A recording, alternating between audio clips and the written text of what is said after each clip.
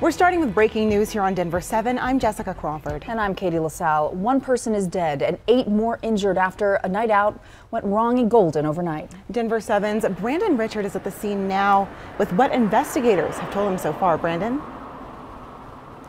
Well, we are at Mount Vernon Road and Golden Road. This is where that deadly hit and run took place. And you can see behind me, law enforcement remains here on the scene several hours after this happened. Now, we know, as you said, that one person is dead, and right now 4 people in the hospital following this hit and run. It happened in front of the Rock Rest Lounge. That's a popular local bar. Now, Jeffco Sheriff's Department says this appears to have started as an argument. They say witnesses and employees told them that the argument appeared to be gang-related. Somehow that eventually led to the driver of a white Chevy pickup truck plowing into a group of people gathered outside. Listen as the public information officer describes the scene when deputies arrived. Well, it's tragic first and very chaotic. When our deputies first responded to the scene, they said there were about 50 people gathered around outside. And of course, we have victims laying on the ground. We have victims that have sustained more minor injuries. Fire had to transport many victims. So that's the scene that we arrived at here this evening. And authorities say that white Chevy truck then sped away, but deputies caught up with them down the road and took the driver as well as 2 passengers into custody, all males. Their names have not been released. Investigators say in all, 8 people were hurt. 1 person was killed, 4 people taken to the hospital. They describe the other victims' injuries as minor. Again, investigators remain here on scene, gathering and collecting evidence as well as interviewing witnesses and, of course, trying to figure out how all of this happened. We're live in Golden this morning. Brandon Richard, Denver 7. Brandon, thank you. And here are some other big stories that we're following for you this weekend. That missing woman in Thornton that we told you about yesterday morning, police say she now could be in danger. 66-year-old Deborah DeVolt was last seen walking in the area of 103rd and York around 3 o'clock on Friday afternoon. The Colorado Bureau of Investigations has now issued an endangered alert for her. Police say she is anywhere from 5'3" to 5'5". Her hair has grayed since this photo was taken, and she has hazel eyes. She was last seen wearing a long blue coat. If you see her or have any information, please call 911. There are now 5 people in police custody in Larimer County for drug trafficking. The Larimer County Sheriff's Office is now confirming these 5 people are allegedly part of a group distributing cocaine. Investigators searched 4 locations in Loveland, Fort Collins, and Frederick and found $64,000 worth of cocaine, more than 3 grams of fentanyl, 17 firearms, more than $40,000 in cash, 500 Xanax pills, and other drugs. Detectives are still looking for 3 more suspects involved. Russell Wilson is now recovering from a partially torn lat muscle. Denver 7 has confirmed that Wilson flew to Los Angeles on Friday to receive a platelet-rich plasma injection to hopefully relieve some discomfort in his throwing shoulder. This injury is more often seen in baseball players and, according to the NFL Network, is not usually treated with an injection. And it's also worth noting Cowboys quarterback Dak Prescott dealt with a similar injury just last year, and he rested nearly a month to let it heal. Wilson is not expected to do that. He is planning to play a week from Monday against the Chargers. It is 7:03, and let's give you a live look outside on this Sunday morning. Clear skies here over the Denver area. It is cool out there with temperatures currently in the low 40s and some frosty conditions over the northeastern corner of Colorado.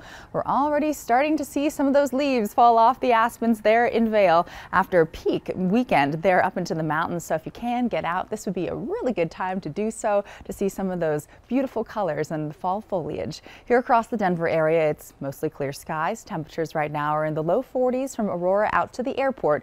Only in the upper 30s, Bennett, Boulder, and into the mountains, 20s and 30s this morning. So a cold, freezing start to our day up near Leadville down to Gunnison and over Sterling, only in the low 30s right now. So your wake up forecast in terms of those temperatures for the metro area, high 40s by 9 o'clock. We'll be at 57 degrees by 10, so it'll warm up quickly and nicely. A lot of sunshine expected this afternoon, and daytime highs will be back to the low 70s. We will see a little moisture develop over southwestern Colorado and then a warm and dry start to the week. Your full forecast still to come. In international news this morning, Russian divers are expected to examine the damage done to a road and rail bridge today after an explosion yesterday that killed 3 people. ABC's Ty Hernandez has the latest. Some traffic is now crossing a damaged bridge connecting Russia and Crimea. Russian officials say traffic is moving on the part of the bridge that remains intact. That bridge is badly damaged after a big explosion on Saturday. Russian authorities say a truck bomb exploded on the bridge, causing several railway cars to catch fire and resulting in a partial collapse. So this is a stunning victory for the Ukrainians on the battlefield, but it's also a stunning blow to Putin and to the Russian people. These satellite images show the extensive damage. Fire and smoke can be seen coming from a tanker train on the bridge's railway line, while a substantial part of the roadway lays partially submerged. Russian President Vladimir Putin is ordering a commission to investigate the explosion, and Russia's Deputy Prime Minister visited the site on Saturday to see the damage firsthand. He was seen discussing repair plans with workers. Putin also ordering tighter security for the bridge and for the infrastructure supplying power to the Crimean Peninsula. Ukraine not claiming direct responsibility for the attack. But in an address, President Volodymyr Zelensky references the explosion, describing Crimea as cloudy but warm, adding Ukrainians are looking toward a sunnier future without invaders, particularly in Crimea. He also said, quote, "If the occupiers flee while they have the chance, that will be their best option."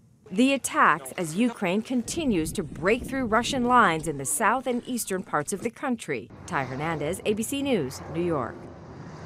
To Asia now. The Japanese Vice Defense Minister is now condemning North Korea's latest missile launch, which happened overnight.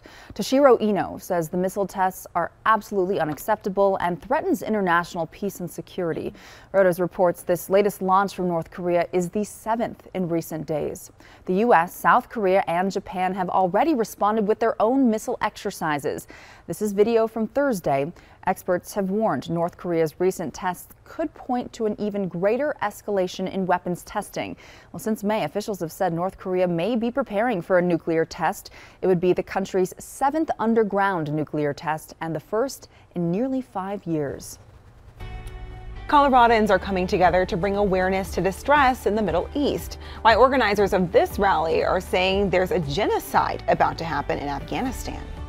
And we are now officially less than 1 month away from the midterm election. How some people in the metro made their voices heard on what they say is the next move for reproductive rights in the U.S.